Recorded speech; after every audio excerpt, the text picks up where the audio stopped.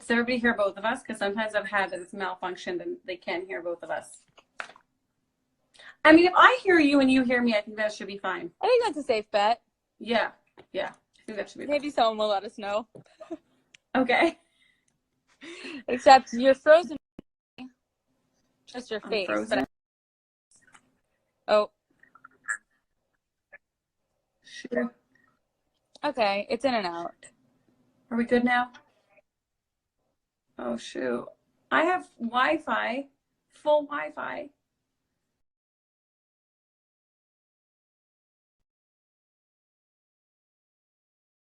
Shoot. You're also freezing for me. Shoot. Still? Why is this happening? I feel like it happens every time. Oh, okay, you're on. Oh. Am I still freezing for you? No, now you're good. Am I good too? It's kind of in and out, but I guess we'll try. We could. Does this happen every time? It happens to me almost every time, so I don't know. It might be a me thing. I think that in general, lives that are, what is it called? Like split? Joints? Sorry? Like joint lives that happen? Joints, Every thank good you. life has to start like this. Thanks, Shira. Thanks, Shira. I love you. So basically, I think that joint lives have so many issues. Okay. I don't know what it is. Okay. Whatever. Hopefully everybody will be able to hear us. Yeah, you could. Yeah, whatever. We'll just start. If someone can't hear us, let us know. Can you start by introducing yourself and tell us a little bit about, your background and what we're going to talk about? Yeah, of course. Okay. So my name is Blimie Heller. I'm a parenting coach and educator. I was always very interested in psychology and people and how they work. I actually went to a college to learn a certain a method in counseling called CBE, and I never actually ended up practicing that full time. But with my own child, I was struggling a lot with parenting, and that eventually led me down this path of gentle, respectful, conscious parenting. And I was just so excited about the information and felt that it wasn't out there enough. At least it was hard for me to find at first. So I decided, why not share it as much as I know with other parents? And the rest is basically history. I've been giving courses. I think I'm up to about 30 courses by now to parents. And I've partnered with Brookie Moskowitz. She actually came onto one of your lives to provide a deep dive course to parents where basically that it focuses on us as parents and our own stuff that gets in the way of being the kind of parents that we want to be. And basically, and we keep going from there, and it's amazing. It's amazing to see just how many parents are really want to do what is best for their children, and they just are it's inspiring for me, and it really makes it, I love what I do. I absolutely love it. And I love sharing and helping other parents. And I also see myself, I also see myself as somewhat of a child advocate as well. So I feel that children don't really have a voice because they're so little. And so now, kind of as an adult, I can speak for what, children really, what they could say, what they would say if they did have a voice, and if we did actually listen to them and we actually tuned into what they needed and to what was best for them, So that's kind of where I come, so I'm coming from. Are you a gentle person by nature, just out of curiosity, or did you have to learn it all from the beginning because of, your child, you're raising your kids? I love that question, actually. So yes and no. Was I gentle to a degree? To a degree, definitely. But I also had a lot of mainstream conditioning, a lot of, just all these ideas in my head of what parenting looks like, what you're supposed to be. And also, I'm a human being. As gentle as I am, I still have triggers, right? I still can, fly off the handle. All of us can, right? And our children are so good at doing that to us, or like bringing that out in us, right? And so they don't do that to us. They bring that out in us. So, and so you know, when I became a parent, oh my gosh, Bracha, sorry. When I became a parent, I basically, you know, would do all the wrong things, and I would be very ungentle because society told me that I should give her time out and I should make sure she knows that I'm boss and that she has to listen to me. And so that those voices would get into my head combined with my trigger, and then I would be very ungentle. So you hear what I'm saying? So I did have to relearn everything. I did, but it spoke to me. It definitely was, yeah, you know, within my nature to, you know, for this to be like, yes, this makes so much sense. Yes, I want this. You know what I'm saying? Yeah, I feel like it happens to a lot of people that they like are a certain personality their whole life, and then their kids bring out a different part of them. So I don't know. That's why I was just interested in hearing. Yeah, no, it's such a valid question, you know, but I know so many parents who are all people who their nature is not as, you know, gentle or whatever you want to call it. Maybe they're more forceful by nature or whatever it is, but they still also adopted gentle parenting and love it. Like, I think that it's for every kind of parent, but every parent obviously does it in their own way. That's actually what I love also about gentle parenting, that it's not a method, it's a lifestyle. So it's really about every parent figures out what that means for them. It's just about having those concepts and principles, not specifics, you know? Okay, yeah, I'm excited to get into it. Bracha was asking how long this is going to be. Usually it's around like 45 minutes to an hour, right? You have content? Yeah, yeah. Oh, it shuts after an hour. So, but I'm fine with anything. Yeah, it shuts. Yeah. What? If you want to do 45 minutes so that she, you know, whatever it is, I'm fine with anything. Okay, well, we'll talk. I mean, we'll see where it goes. But it's generally up to an hour. Okay. Anyway, yeah. So we're going to be talking a little bit about the specifics of it and, you know, modern day parenting, all that. So do you want to open the floor to questions from the beginning, or do you have a kind of like a format that you wanted to go by? So I just wanted to start out by saying a few things, and then I'll definitely welcome questions. I love questions. Okay. So let me just start out by saying that gentle parenting obviously involves so many concepts, and it's really, I think a lot of them are I make them pretty clear on my account. You can you see what it's all about. Thank you, Bracha. So you get it, but it's really about, I think most people struggle with how to apply it, because mainstream parenting, the way most of us were raised, everything that we see in our society being done to children is so different, and people love it. So many people come to my course say, I loved, you know, what you said, and it sounded so nice, but I just didn't know how to get there. You know, what is that? So that's kind of where I educate parents in how to get there. What does that actually look like? Now, I'm just going to focus on one of the core principles, and that is that connection, right? All human beings really are created for connection, right? That is one of our greatest needs, is to connect with another person. Okay, to connect with another person, to feel like you belong and to feel known by another.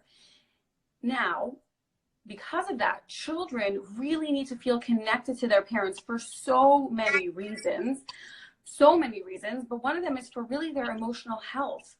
If they're not going to get connection at home with their parents, they're going to seek it elsewhere because it's a need.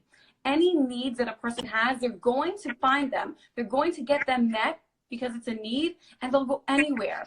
Same way for food, right? If children need food, they're going to find food, whether it's, you know, in very dire situations, I don't know, some potato peels, right? Or whatever it is, we have those stories. But that's my point, is that the same way food is a need, connection is also. And so if they're not going to be getting it at home, most children do get fed at home, thankfully.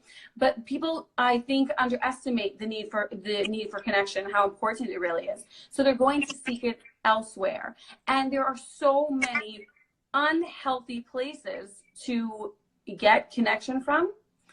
And if children go to those places, then it can really be damaging to them, right?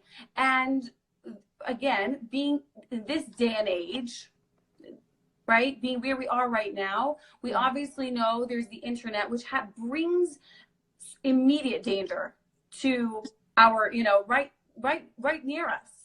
And I don't think that the internet is necessarily a bad thing. I think it's a tool that can be used for both good and bad, right? But the thing is that for a child who is seeking connection, they can many times end up using the internet in a very destructive way if they're trying to get their need met, because they're trying to get it met in whichever way they can. And so they might do things that are completely, really terrible for them, but they're really doing it because they so badly want that connection. So, and this runs the gamut of every single thing that you can ever think of that's on the internet, right? But there's so many things that replace connection. Joe, I forgot how to pronounce his name. Johan, I think. Hari. Do you know who I'm talking about? Mm-hmm. He wrote a book called Lost Connections. He famously said in one of his TED Talks that the opposite of addiction is not sobriety, it's connection. Mm. Okay. So basically somebody who is an addict is seeking connection. And if they're going to get connection elsewhere, then they're going to stop seeking it there. So it's basically that they're looking for that connection, and that has basically always given them that feeling. So that's one of them, right? There is addiction. There's many reasons for addictions also as well, but connection really does serve that. It's kind of like people say it gives them that feeling of home, of belonging, even though it's obviously destructive, but it's understandable, right? And then there's also obviously like connecting with people on social media or on the internet or anywhere else, and telling people, talking to others because they're wanting that connection, but it's not a safe person, but they don't, it's something that is, they just want that connection so badly, and they're not really thinking about the dangers, etc. There's obviously so much more to everything I'm saying, right? But I'm just talking about the connection piece right here, and how in this day and age, why focusing on connection with our children is so important and so crucial. So really giving our children that connection really is kind of like a protection, right? People, treat the internet as if it's like, it's a terrible thing and we should ban it and we should put locks on it. And yes, to a degree, we should obviously put boundaries in place until our children are ready for certain things, right? But a child who really feels very connected to their parents is automatically really protected from certain things, right? First of all, because they have somebody who they can always ask things, who they can always come to, but also because they're not actually seeking so badly that connection elsewhere that they're willing to do anything to get it. Okay, the connection with you is completely, do you hear me? Oh, yeah, I hear you, and I actually see you, so.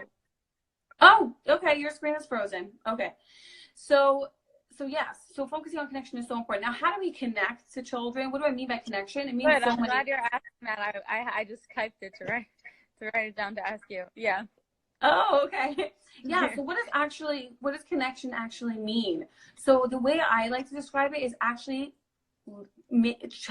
having our children feel like they belong, having them feel like they're actually known. So truly known and feeling like they belong, that is what I mean when I talk about connection, right? And so now the question is like, how does one truly know their child and, help them feel like they really belong to them? And so obviously there's so much to this. This is why I have so much to say always. And that's why there's so much to say in my courses, right? But the basic idea is that we actually have to listen to them. We actually have to get to know them, not just manage their behavior. I think that we're sometimes so focused on getting them to do what we want them to do and, correcting their behavior and making sure that they do ABC and behave the way we want them to, that we kind of just become, like I say, friends with their behavior instead of friends with them, or enemies with their behavior, whatever it is. Right? Yeah. So we kind of we're negotiating with the behavior instead of with a person. And so what I love about gentle parenting is actually the way we discipline is that we actually get to know the child in the process. We don't just focus on the behavior. We actually focus on the person behind it. Most people, if they think back to when they were a child and they did something wrong, right? And their parent came right in and said something like, you should not have done that. That was not the right thing to do. Lecture them, either gave them a consequence, whatever they did, right? I think many people can recall that and remember feeling misunderstood, even though they did do something wrong and their parent was right. And let's say lecturing them or telling them that it was wrong, maybe the way they went about it wasn't the best way, but they did do something wrong, but they still felt misunderstood, because it's like, but wait, you know, I want you to understand why I did this and just hear my side of the story, because you're going to see it differently. I remember clearly feeling this way. I know others do as well, right? And so in gentle parenting, what we do is we actually listen to them and we actually hear their side of the story. We actually understand their point of view and where they came from. We're not condoning it for doing that. We're not saying it was okay what you did, and so, you know, let me validate that it was fine. No, we're saying, but I want to understand why you did this. I want to understand where this is coming from. I want to understand you. I care to get to know you, not just your behavior. And then we talk about the behavior as well. This is obviously, there's so much more to say. I keep saying this because I'm literally just pulling out little points here and there of what gentle parenting is about and the things that we actually focus on, right? And then another thing with, you know, having our children feel like they really belong is they need to feel like they are loved, right? Now, this is the thing. Many times we as parents, obviously, anybody listening, most likely loves their children tremendously, right? And we believe that if we love our children so dearly, our children obviously experience that. But the thing is that really that's not how it works. Our children don't experience how we feel or our intentions. They experience, like as Dr. Gordon Newfield famously says, they experience what we manifest in tone and behavior. So they'll actually experience what actually happens to them. So if they are treated in a way that to them feels like it isn't loving, they might get the message that I'm not loved, even though we love them dearly. So it's very important to understand our child's perspective and make sure they feel love, not just that we feel like we love them. Right? So, and that goes along with getting to know them. We have to really enter our child's world and see things from their perspective, not from ours. We love seeing things from our perspective. You know, I hear so many parents and I read so many parenting blogs and parenting experts, and so many times the things that these parenting people say is really an adult's perspective. It's like, whoa, like, a child does not think this. Like, they come up with a whole idea and it sounds really nice, but trust me, if you ask the child, if the child actually sees it that way, they'd be like, no, that, you know, they decided doing something actually because, I don't know, let's give an example, right? So if, let's say, I don't want to say anything that's, okay. So let's say there's this idea that if, 90% of the time you're a good parent and 10% of the time you're not, that's fine, right? Like, your children will turn out well, they'll feel loved and everything will be fine. Now, to a certain degree, that is true, right? Of course, we all make mistakes. We're all human. There's just no way we're going to be 100% perfect. Completely not possible, right? However, for us to measure, 90, because, okay, what happens many times with saying something like that is that people will say, okay, 90% of the day I didn't yell and I didn't, I don't know, and 10% I did, so that's fine, right? Now, the thing is, from the child's perspective, though, was that actually 90-10? Or was the 10% of where you yelled 100 and the other one was 10? You understand what I'm saying? So from the child's perspective and from their experience, it can be totally different. And so that's why it's important to actually, hi, Simi, and hi, Brady. So we have to actually tune into the child's experience and to see where they're coming from and where they, now again, it's not saying that, it's true we're not going to be perfect and that we're going to make mistakes. That's entirely, for sure, that's definitely true. But what I'm trying to say is that we have to tune into their perspective and to see how they see it, and not decide just because I decided that they understand that I love them and this is fine, and they don't think that's the case. I think it's one of the, what is it, Bracha, actually, she's here from Fly Family Coaching. She actually just posted the 4 agreements. One of the agreements is don't make assumptions, right? Something like that. Something along those lines. And it's really the same idea. Like, we make a lot of assumptions when it comes to our children. Like, oh, they're fine with that. Or, oh, they know I love them. Or, oh, And so it's important to really not guess so much and to really ask them and to really get to know them. And so that actually they do feel like they do. There's obviously so much more, but I really believe, bottom line, I really believe that for this day and generation, it's so crucial that we parent this way. Parenting the other ways may have worked in the past and may have been great, you know, in the good old days. But right now, I really strongly believe that there's just so many places where things can go wrong. And our children, and also I think we see so many adults who are suffering, right? I mean, I myself, when I was training, when I went to this college for CBE, we had to practice on each other. Sorry, CBE, could you say what that is? Oh yeah, sure. It stands for Core Belief Engineering. Anybody can Google it. Yeah. So it's now so we had to practice this modality on each other. And when we were doing it, what I noticed over and over and over again was that most people's issues originated in childhood with their parents. And again, some of it was traumatic, right? Something that you would consider that doesn't happen to, you know, the majority or the population, but most of it was really pretty innocuous, I guess. You know, things that people would consider pretty, and it had lifelong implications for some people. You know, I remember one person saying, you know, my parents, I was supposed to be seen and not heard, right? And that really, wait, is everything okay? Sorry. No problem. No problem.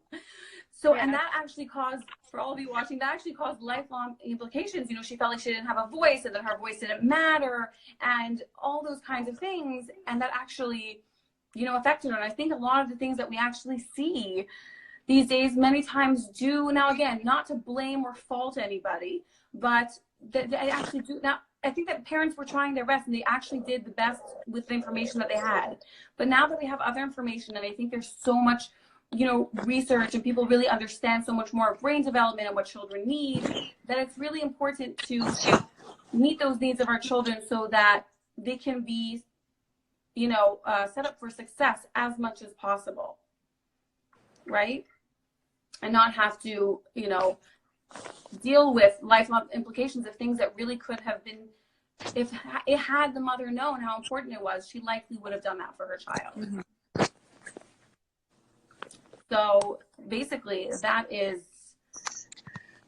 the basic idea of this gentle parenting and why I'm so passionate about it. And I really believe that it's so important, especially for our children.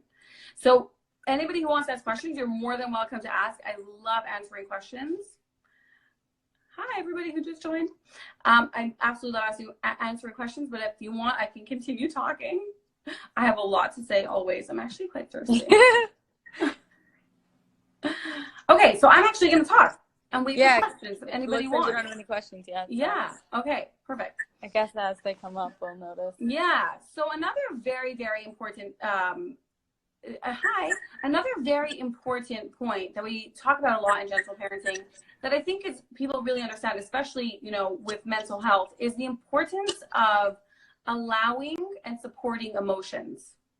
So I believe that many of us were raised in homes where emotional expression wasn't necessarily allowed or supported, or sometimes it was even a parent allowed it, but they came into, I mean, it's not really called allowing it, to rescue the child. Like, oh my gosh, no, this is such a big deal. Like, we're all freaking out now. Let's like save you, right?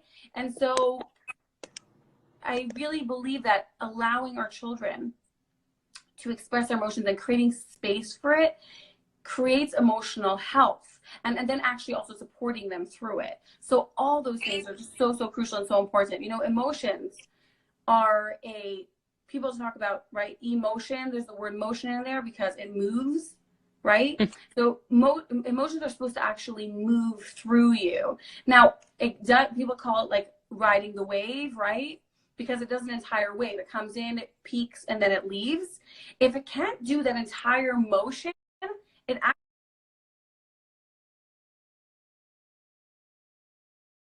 actually stays stuck, right? It actually does not leave. And that obviously,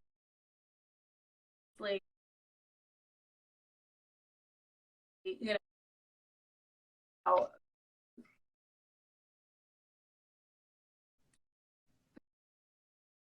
causes a bunch of other stuff.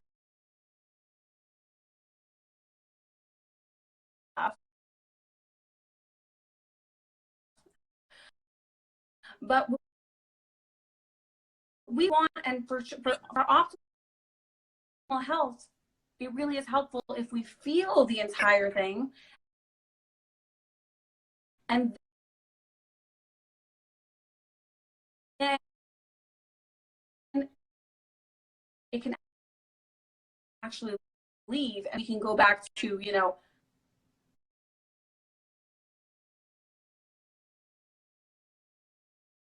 being the way we were before, and actually letting that go and not having that sit with us for the rest of our lives until we actually finally do process it and feel it.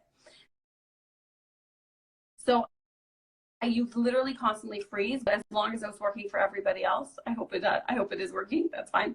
Yeah, I don't know what's real anymore, because I see myself and you're a little frozen for me, but okay. I mean, I hear you perfectly clearly. So, and perfect. We have a question. Okay, same. Okay, so yeah, so it's so important for children to actually feel that entire thing. Now, again, also on top of that, it's so important for them to be supported through it. Children who, you know, emotions are really feel like larger than life to children. Sometimes they can feel so overwhelming. I mean, they feel overwhelming and scary to us sometimes as well. And they can feel like a lot to a child. They can handle it though. They can deal with it. Children don't need to be saved or rescued from their feelings. Feeling their feelings actually builds emotional resiliency, right? And it teaches children that I can actually deal with these feelings. I can go through hard things. I can do hard things. I can handle this. However, they really need our support. They really need us to be there with them to help them through it. Because if we're not there, actually, that can be pretty wounding for them. So we need to allow for all feelings, and we also need to support them through it.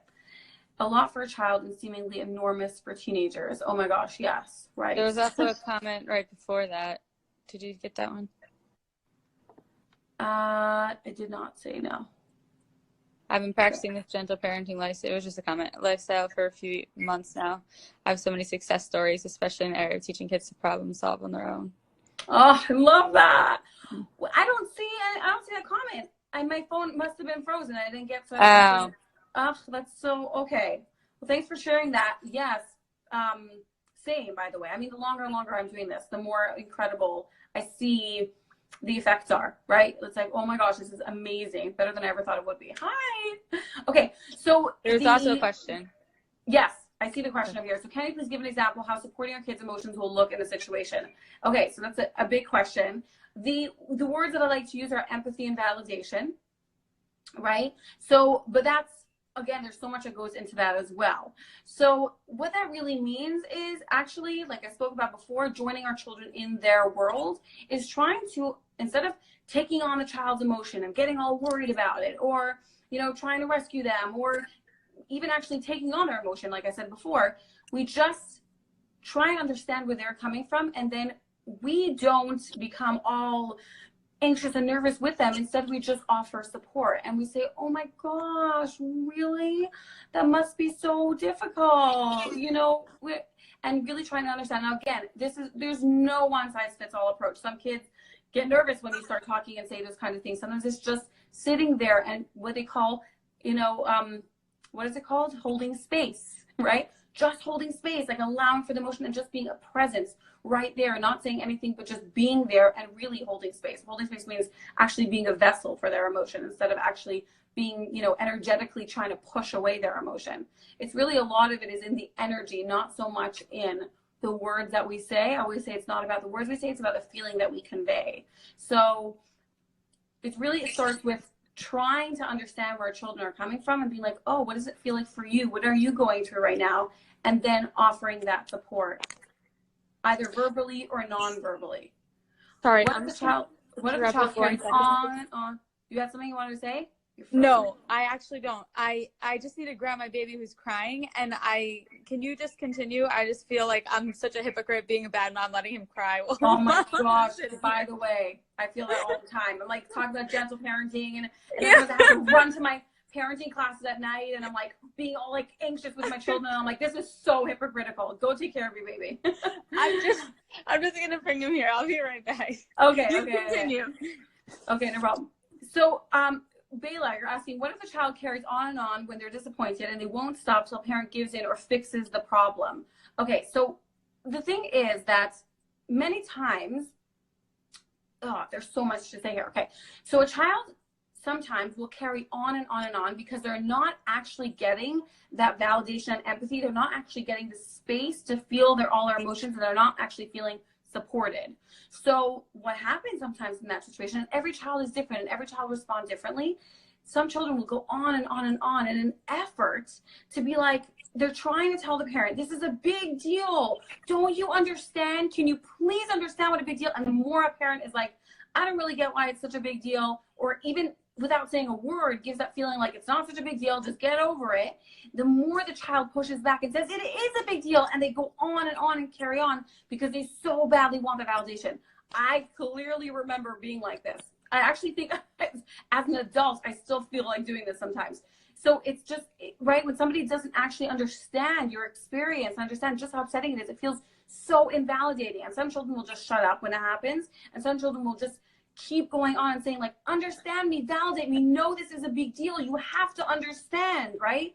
And they'll go on and on and on until we, just can't anymore. We're just like, stop already, right? And we just, okay, and then they get startled and they stop, or obviously we, or the parent fixes the problem, and then they're obviously just, happy with it. They're like, okay. But sometimes I actually know somebody, and there's probably many somebodies like this, but I know firsthand, somebody who actually used to do this, used to carry on and, always be disappointed, and things weren't always as a child. And her parents actually used to fix the problem and give in to her. And she says she clearly remembers feeling like, no, don't fix it. Don't give in to me. Like, I just want you to hear me. I just want you to validate. It felt almost like the parent was kind of trying to, what did she say? She said, I felt like the parent was like invalidating her, like basically saying like, just, okay, fine. Like she wanted her mother to be there for her and to actually understand her experience and to sit there with her, like feeling deeply known, understood, and validated is, we all crave and yearn for that. And when a parent just says, okay, I'll fix it for you, I'll do something for you, it kind of almost feels like a dismissal. Okay, that's a good word. A dismissal. So with a child like that, what they need is not for us to fix the problem, unless, again, I don't know, so much of this needs context, right? Some children, a parent just says no too often to the child, or they feel controlled, they feel like they don't have a voice. So in that situation, it's just other things need to change. But many times it's the parent doesn't need to fix anything. They just need to really validate and allow for the emotion and be there with the child and let them feel what they feel fully. And then the child moves through it and they actually move on. When I learned to do that in the beginning, I also had a child who would go on and on and on for 2 hours sometimes, right? And then when I finally started empathizing and validating, when I learned how to do this, slowly but surely, my child's cries got shorter and shorter. Now, that's not the goal, okay? Let's not get carried away here. That's not the goal. The goal of empathy is just to offer that connection, validation, and that emotional support. It is not to get them to stop crying faster. Again, that's going back to, just wanting them to stop.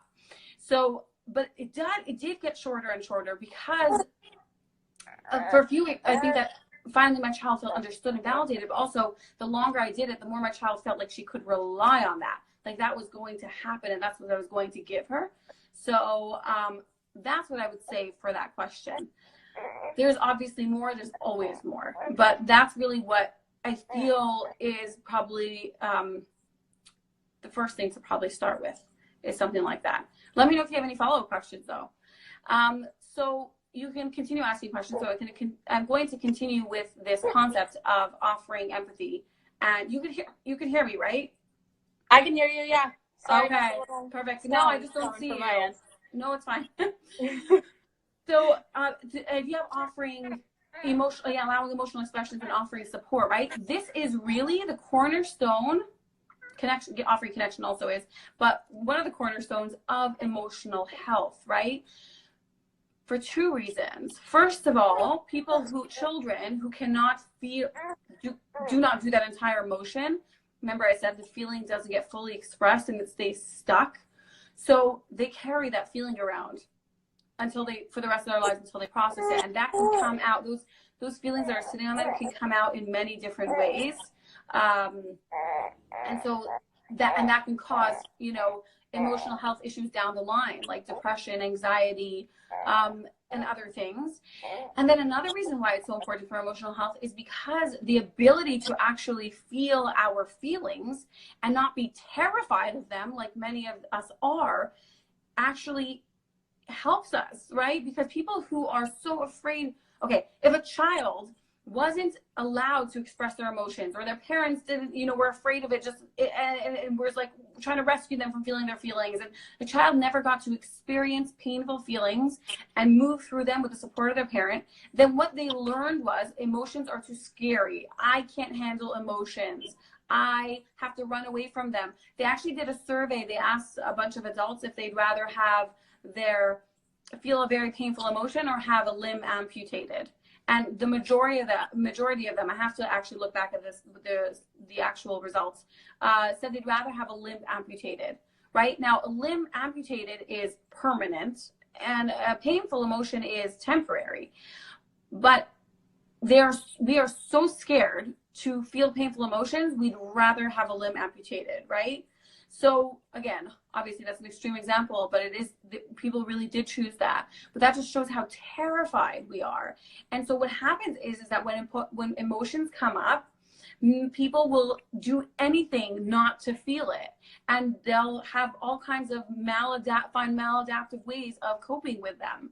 And so instead of just actually sitting with them and feeling them and then letting them pass. So going back to addictions is actually one of them as well. So as I said, there's many reasons for addictions.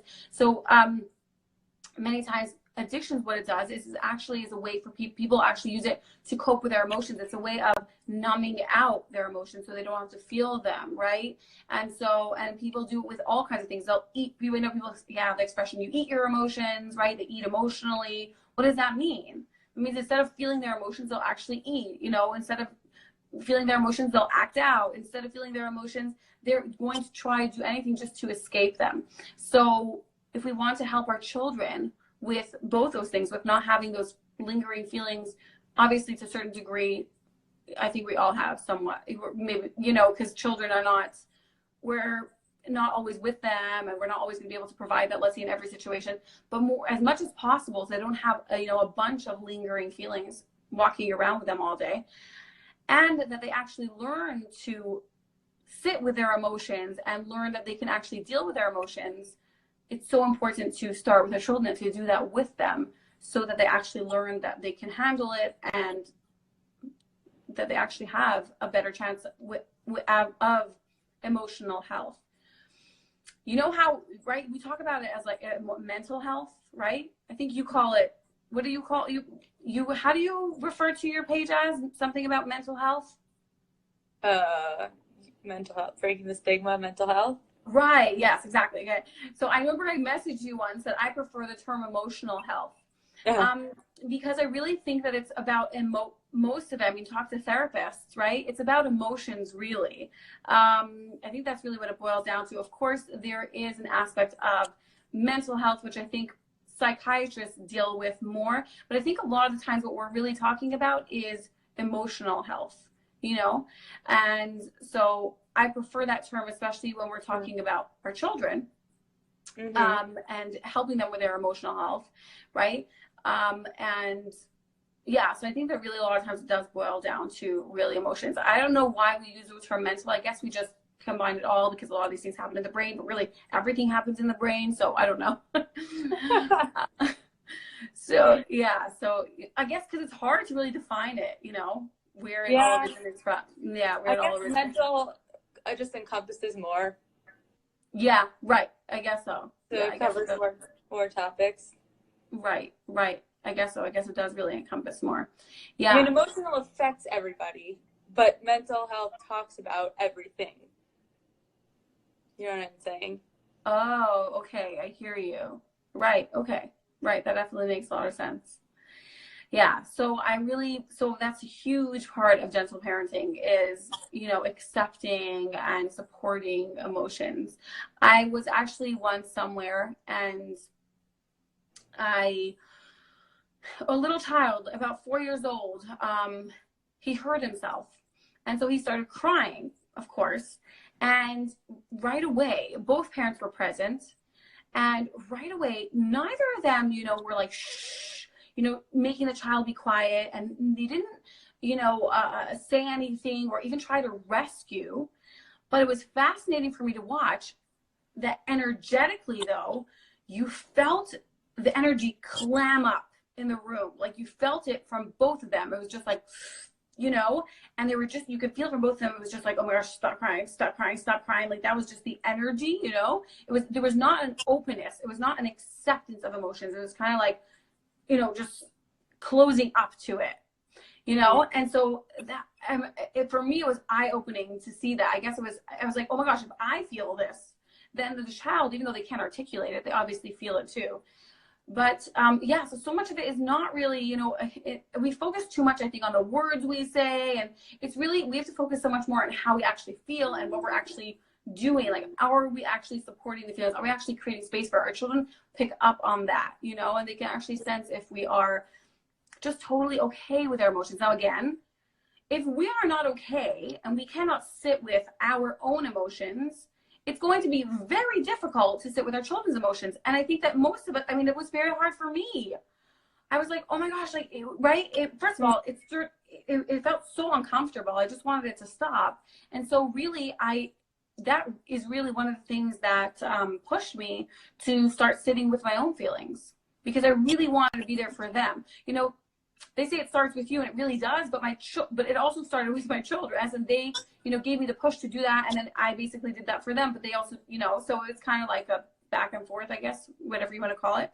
So, so I have to start sitting with my own emotions so that I can actually sit there with theirs. And the more I was able to sit with my own, the more I was able to sit there with their emotions, right? So it's kind of like it can't happen in a vacuum. We actually have to also focus on ourselves, obviously. Everything starts with us, and then also that's why it's also so important to take care of ourselves. Mm-hmm. This is like, everybody talks about this, right? Yes, self-care. Yes. It's almost like the word is like, right? It's like everybody uses it, but really, yeah, the way I think of it is not so much like getting manicures and pedicures and like having it, I think of it more as in like this, like sitting with our emotions, taking care of us, in all aspects, not just physically, right? Like emotionally, spiritually, also like finding a creative outlet, living our own lives and doing things that we love, right? All these things actually, because if we don't, we have to actually be somebody in order to be able to give to our children. Mm-hmm. So, yeah. Can't pour from an empty cup. Did you already say that? Right, exactly. I'm not sure I love that expression, but yes. But yeah, it's definitely true that we definitely do have to fill ourselves up. But I think in all aspects. And so sitting with our feelings, I think, is one of them, is that we should actually do that for ourselves. Nobody ever did that for us. It's never too late to reparent ourselves, right? And we can actually do that for ourselves so that we can then do that for our children, Yeah. So did you have any questions that you actually wanted to ask? I didn't have any questions that came up for me. You already answered a lot of the things that I thought of as you spoke. Okay.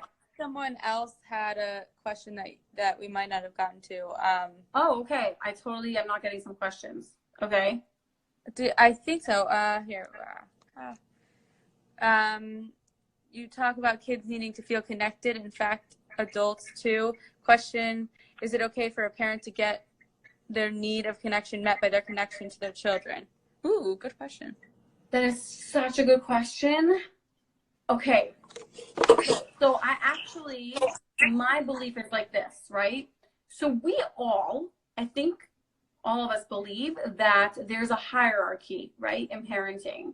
As in, we obviously are supposed to, as not as in like we're better than our children or whatever. It's just that we are their leaders and their guides, right? They actually look up to us. We are supposed to, and they, you know, we're actually supposed to parent them, right? So we believe that that's how it works, that we give to them. And we definitely see it that way in the way that we want to, you know, we believe it's our duty to correct their behavior and to discipline them and to set boundaries. And when it comes to that thing, those things, we're like, yes, my child is supposed to be the one who is following me and listening to me, and right? And then sometimes with other things, we kind of see it as their duty to give to us, right? And so I don't really, okay, when they're older, that's a different story. But when children are like adults, that maybe is a different story. But when children are children, right, up to 18, 20, really it does not work that way. We are supposed to give to our children. Our children are not supposed to give to us, right? And so everything is supposed to work in that direction. Everything's supposed to work like from us going down to them. We give them, we support them, we lead them, we guide them. We are always in that position. And so we should be meeting their needs. They should not be meeting ours, right? It is not their job at all in any capacity to meet our needs. So if we have a need for connection, again, it does get, as in, yes, you know, when I connect with my child, of course, I reap so many benefits. I do feel so connected and it feels incredible, right? But I cannot look to my child to actually meet that need for me. Of course, that's what I'm trying to say. It will happen that you'll actually feel so connected and it feels so nice. But if there's something, if you feel like you need that connection, you have to give it to yourself, right? Or also seek social support, seek friendships, whatever it is. But a child is really not responsible in any way to meet that, to give that to the parent. And the reason why I'm so against it is because what happens in that situation is if we see it as our child's job to give us that connection, it actually interferes with our ability to parent them, right? Anytime that we see our children's duty to meet one of our needs, it interferes with our ability to parent them. So if we see it as their duty to give us that connection, when they don't give it to us, we might, I don't know, tell them, you know, I need that connection from you, which is way too much of a burden to carry for the child. So that's not parenting effectively. Or we might even lash out because we feel angry that they're not giving it to us, right? We might act out in a certain way. And then we're actually not, that's not what parenting is about. We should be supporting, and we're the caregiver, and we're not actually supposed to be doing that to them. They're not our equals, right? Even with an equal, we should be acting out. But anyway, but they can handle it much better. Children, we end up putting that burden on them, and we actually are not able to then be the parents that we really should be for them. And it actually can really negatively affect them. So our children, and any needs of ours, by the way, any needs, and we have so many. And so our children are really not the right place to look for to meet any of our needs, but we should be the ones who meet theirs. That's actually how it's supposed to work. So, but again, while they're still children. So that's what I would say. I would say we definitely, it's not, you know, there's a lot to say on this, but yes. Are there any other questions that are coming? Because I feel like my thing is frozen. I don't see you for like the longest time already. Oh. And I don't see anything coming in. So you can just tell me if there's anything. Rock Salad Solve made a comment. It can also become a huge burden on the child. Yes, absolutely. It becomes a burden on the child, for sure. Yeah. For sure. And the thing is that people always say, like, why is it so burdensome to a child? Like, you know, for an adult, it wouldn't be, right? And that's exactly the point, is that to a child, a parent is larger than life. A parent is like everything. Just like I posted something recently on Instagram where, you know, if you go back to your childhood home or somewhere where you haven't been in a long time, the last time you were there was when you were a child, you'll notice that it's so much smaller than you thought it was. Yeah. Right? It's like, what? I still remember going back to my grandparents' house and be like, what? It was this small? Yeah. No, it can't be, right? I know, right. So exactly. And that just shows, obviously, the size of the room did not change. It's just our perception of it did. So when you're a child, you literally, because you're so small, but in every way, even developmentally, everything seems so big. And especially your parents, you know, who's like teaching you and guiding you and leading you, they're just huge to you. And so to be responsible in any way for them is really, it's huge burden for a child. It's like, think of like carrying like the weight of the world on your shoulders, right? That's what it actually feels like to a child. And also because they're developmentally not an adult, that's why also the burden is unfair to them. They're actually not able to cope with it. It's not something that they are yet able to do, you know, even if, let's say, the parent wasn't larger than life to them. So it's something that they're just, right now, they're in a place where they need to be taken care of, not to take care of anybody else, least of all their parents. Mm-hmm. Right. What I mean by taking care of is like actually taking on the role of, right, they can help out. That's for sure. They should. But the burden of taking care shouldn't be on their shoulders. Yeah. I completely don't see any comments. Is there anything else? So someone asked this question. I don't know if you answered it already, but tell me, can one use the methods of unconditional parenting when teaching young students, or is it exclusive to parents? Did you already get to that? No, I didn't. I'm so happy you're saying. I don't see any of this. Okay. So I love these questions, by the way. So first of all, I know that you didn't mean anything by saying methods. I just personally I just don't like the word methods, because to me, method is like a systematic, you know, way of doing something. And I know that many times people talk about methods in parenting, and I have an aversion to that, because I'm like, there is no method for parenting. Children are unique individuals, and everybody's a unique individual, and there's so many ways to approach one thing, and you can't boil it down to a method. I think when we use methods, we actually fail children. Systems, by definition, fail individuals. So I don't like the word method, because that's what it implies. Again, I know that you don't mean that, because none of what I talk about is that. But so that's why I so much I talk about principles and concepts, and I say, you figure out how that works for you, what that means for you, you know, because I don't like the concept of a method. Having said that, do I feel that unconditional parenting principles and concepts apply to the classroom? Absolutely. I actually just gave my first talk to teachers in last week, I think it was last week, Monday, actually, a week ago. In Crown Heights, I gave a talk about how to deal with children in the classroom and understanding development, understanding what children need, and answer their questions. And I actually want to really do that for more schools and teachers, because I feel that it's really, really helpful to understand, first of all, child development, and also to understand what children need, and also to have better tools. I think all of us mean well. So many teachers really mean well. It's just that they're just using tools that were used, you know, when they were children, and they're really not very effective, especially not with the information that we know now. So yes, absolutely, everything can be applied for teachers. I mean, almost everything can be applied for teachers as well. Somebody else is actually a social worker who, I believe she's a social worker. She's definitely a therapist, maybe trauma therapist. She actually took my course, and she actually gave a talk for teachers as well, based on what I shared in the course. So yeah, definitely applicable. Someone said, please teach all our teachers. I know. But every time I give a parenting course, they're like, can you tell this to the teachers? And our teachers who actually, yeah. Go ahead. It was an unrelated comment, so I'll say when after this. Oh, no, I was just going to say, I was like, yeah, that's my next thing. I mean, not next. I don't want to move away from parents either. I just want to include teachers as well. Yes. Someone said, I think this is on the topic before, about like parents to kids and kids to parents. I found my daughter felt the need to support after seeing me struggle with PPA. Oh, to support me. PPA? What's PPA? Postpartum anxiety. She's probably talking about postpartum anxiety. Yeah. Sorry. I was like, PPDP. Oh, yeah. Of course I know. Okay.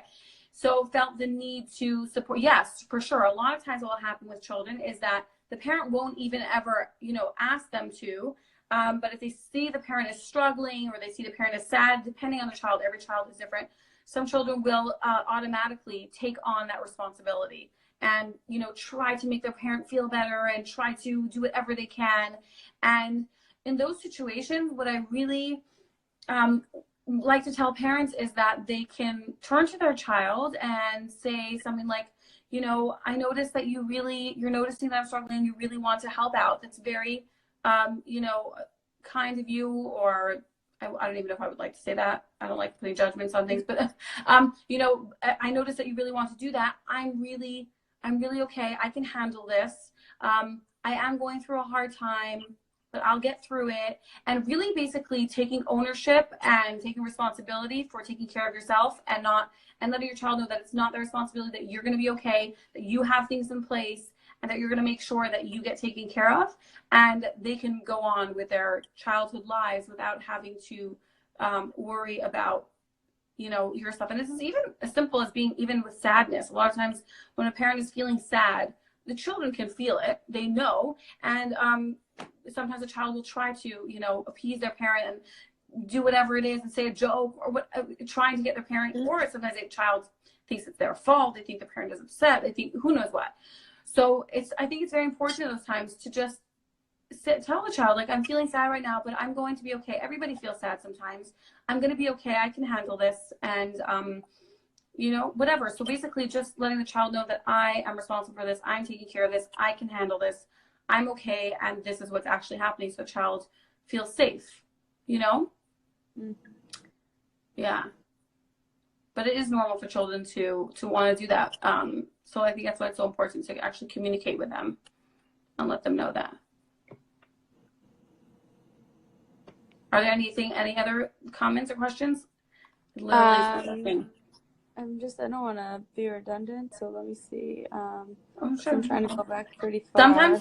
Sometimes though, you might think it's redundant, but really there's something there that is slightly different that actually makes all the difference. Yeah. Well, did you hear this comment? We are all addicts. We can be addicted to emotions and thought patterns. We are all addicts. We can be addicted to emotions and thought patterns. Right. That's true. Well, right. That's definitely true. Now we're talking about, you know, yeah, this is the holistic psychologist talks about this, right? Who? Yeah. What did you say? The holistic psychologist. I don't know if you know, you know her account? Yeah. So she actually talks about this. I have heard that concept even before, actually when we practiced CBE, we spoke about this. So yes, people can definitely be addicted to their thought patterns and whatever, and that's for sure true also. And I think sometimes that, I don't know if that's a true okay, so when the definition of addiction, right, is so there's so many, I guess, ways you can define it, right? Like if you ask somebody, who I've asked people before, like, what defines an addict? You know, they'll be like somebody who is doing something that interferes with their daily life and they can't function properly, right? And so those are extreme addictions, right? But people can consider like being addicted to certain thought patterns and feelings an addiction as well. Well, of course it interferes with their daily functioning, but is it actually causing, I mean, it is actually causing dysfunction, but to what degree, right? Like, it's actually interfering with their ability to function to a degree daily the way another addiction would? Not necessarily, but yes, for sure we can be addicted to and becoming aware of that is really the key, not to. The thing is that I'm trying to think of how we parent our children, if there's a way to wait, I just want to let you know we're going to get cut off really soon. Because it's almost an hour? Yeah. Oh, my time froze also. That is so weird. We have a minute left. Oh, I totally didn't see that. My time says 9:29. I had no clue. Oh. So we're basically done. I see it's 9:59. Yeah. Okay, we're finishing in a minute. So thank you so much. Well, yeah, I wanted to thank you before we get cut off. Yes. Thanks for coming on and for sharing all this information. I'm sure everyone got a lot out of it. I did. I mean, my kids aren't that old yet, but they will be. Yeah, my pleasure. My pleasure. Thank you so much for bringing me on. I have a few courses coming up this July. I'm actually posting some tonight, so go check it out. You can check it out, the link in my bio. I have courses going all the time. The Deep Dive with Brookie, which focuses on ourselves, and my Essentials course, where I talk about the essentials of gentle parenting. So thank you so much. I really appreciate it for bringing me on. Yeah. Okay. We'll see you. Take care, everybody. Bye-bye. Thanks for watching. Have a good night. Bye-bye.